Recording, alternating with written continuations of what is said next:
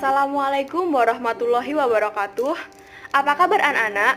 Apakah kalian sehat-sehat saja hari ini? Semoga kalian semua tetap sehat ya. Tetap jaga diri kalian dan lindungi diri kalian dari virus COVID-19.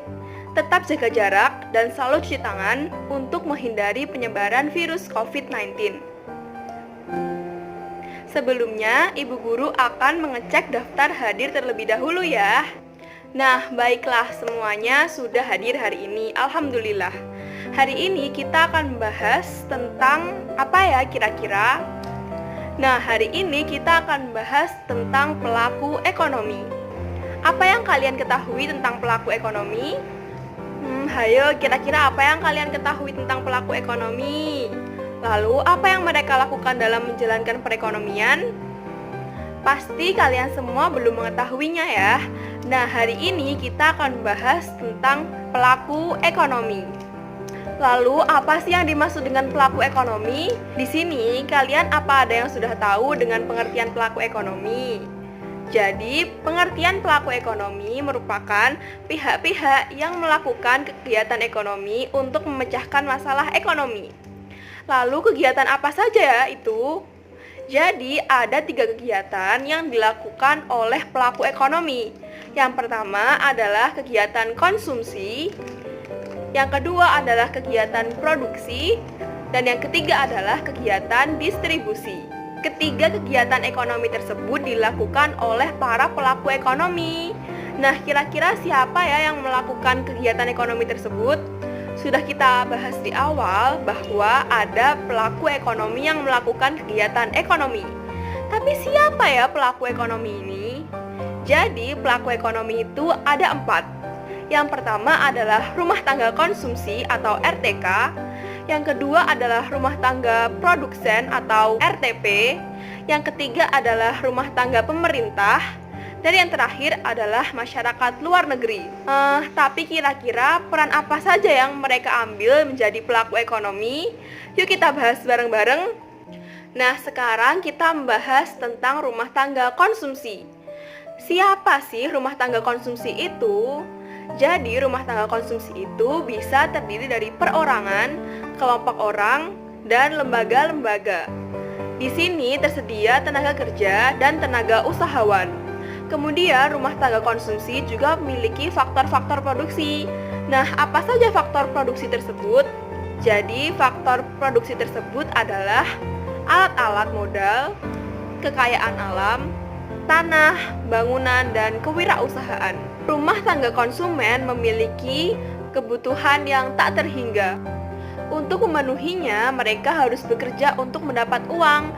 Nah, uang tersebut akan digunakan untuk membeli kebutuhan mereka yang berupa barang dan jasa kepada rumah tangga produsen. Jadi, bisa kita simpulkan bahwa kegiatan dari rumah tangga konsumen adalah yang pertama, menyediakan atau menyerahkan faktor produksi. Yang kedua, menerima imbalan atas faktor produksi yang dimiliki. Yang ketiga, mengkonsumsi atau membeli barang dan jasa dari rumah tangga produsen. Nah, ketiga itu adalah peran dari rumah tangga konsumen. Sekarang kita masuk ke dalam rumah tangga produsen atau RTP. Rumah tangga produsen adalah organisasi yang dikembangkan oleh seseorang atau sekumpulan orang dengan tujuan untuk menghasilkan berbagai jenis barang dan jasa yang dibutuhkan oleh masyarakat. Lalu, apa sih yang dimaksud dengan rumah tangga produksi? Jadi, rumah tangga produksi itu adalah pelaku ekonomi yang mereka itu melakukan kegiatan produksi untuk meningkatkan kegunaan dari suatu barang. Nah, sementara rumah tangga produksi ini bisa berupa perusahaan milik negara, perusahaan milik swasta, atau perusahaan milik asing yang berada di Indonesia. Nah, jadi kita bisa simpulkan ya bahwa kegiatan perusahaan adalah melakukan kegiatan produksi barang dan jasa di mana mereka mengolah faktor produksi yang diterima oleh rumah tangga konsumen tadi. Kemudian rumah tangga produsen juga membayar faktor produksi yang disediakan oleh rumah tangga konsumen tadi. Jadi pada intinya rumah tangga produksi dan rumah tangga konsumen mereka dua-duanya saling berinteraksi satu sama lain. Rumah tangga konsumsi menyediakan faktor produksi untuk rumah tangga produsen. Nah, kemudian rumah tangga produsen ini akan membayar kepada rumah tangga konsumsi. Nah, bayaran yang diterima oleh rumah tangga konsumsi ini nantinya akan digunakan untuk membeli kebutuhan sehari-hari yang berupa barang dan jasa kepada rumah tangga produsen. Nah, selanjutnya kita masuk ke dalam rumah tangga negara atau pemerintahan. Kira-kira peran apa saja sih yang dimiliki oleh rumah tangga negara atau pemerintah ini? Jadi, peran-peran dari pemerintah itu adalah yang pertama, mengatur dan menstabilkan atau mengembangkan kegiatan ekonomi di suatu negara. Yang kedua adalah berperan aktif sebagai pelaku ekonomi. Karena beberapa kegiatan ekonomi kurang menarik bagi swasta, maka kegiatan ekonomi memerlukan investasi yang besar dari pemerintah. Kemudian, pemerintah juga memberikan jasa kolektif atau public goods kepada masyarakat dan kepada rumah tangga produsen. Dan pemerintah juga memberikan keamanan, pertahanan, ketertiban umum, pemerintahan, pengadilan, pendidikan, kesehatan, dan hubungan politik dengan luar negeri yang mendukung rumah tangga konsumen dan mendukung rumah tangga produsen. Sudah kita ketahui nih, ternyata fungsi dari rumah tangga pemerintah itu sangat banyak. Dengan peran pemerintah yang sangat banyak seperti yang udah saya sebutkan tadi, maka rumah tangga konsumsi dan rumah tangga produksi juga harus memberikan sesuatu kepada pemerintah. Nah, kira-kira apa yang diberikan kepada pemerintah? Ayo, siapa yang tahu? Ya, benar, jawabannya adalah pajak. Jadi, rumah tangga konsumsi dan rumah tangga produksi akan memberikan pajak kepada pemerintah. Kemudian pemerintah mengelola pajak tersebut untuk nantinya dikembalikan lagi kepada rumah tangga konsumsi dan rumah tangga produksi dalam bentuk jasa kolektif atau public goods. Kemudian sekarang kita masuk ke dalam pelaku ekonomi yang terakhir, yaitu masyarakat luar negeri. Nah, apa sih yang dimaksud dengan masyarakat luar negeri di sini? Jadi, masyarakat luar negeri itu adalah semua negara lain di luar Indonesia yang membeli barang-barang dan jasa hasil produksi yang kita ekspor. Kemudian, masyarakat luar negeri juga dapat diartikan sebagai pelaku ekonomi yang menjual barang-barang dan jasa yang kita impor. Karena pada dasarnya tidak ada satupun negara yang dapat memenuhi kebutuhannya sendiri. Jadi pasti faktor masyarakat luar negeri sangat penting bagi Indonesia maupun negara-negara lain. Karena pasti Indonesia tidak dapat memenuhi kebutuhannya sendiri tanpa negara-negara lain. Sekarang kita sudah tahu ya keempat pelaku ekonomi dan fungsi-fungsinya. Sekarang kita langsung masuk ke dalam diagram pelaku ekonomi atau circular flow diagram. Bagian interaksi pelaku ekonomi sendiri ini ada 3 bagian. Yang pertama yaitu adalah bagian interaksi pelaku ekonomi 2 sektor atau perekonomian tertutup. Bagian yang kedua adalah perekonomian 3 sektor dan yang terakhir adalah perekonomian 4 sektor. Apa sih yang dimaksud dengan itu semua? Pasti kalian bingung ya? Nah, ayo kita bahas bareng-bareng. Nah, kalian sudah lihat ya, yang pertama ada kegiatan perekonomian 2 sektor atau kegiatan perekonomian tertutup. Nah, kita lihat bagannya ya.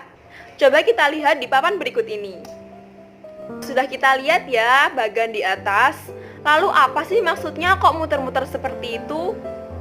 Nah, itu adalah arus kegiatan ekonomi dari rumah tangga produksi dan rumah tangga konsumsi. Kita bisa lihat yang pertama dari rumah tangga konsumen.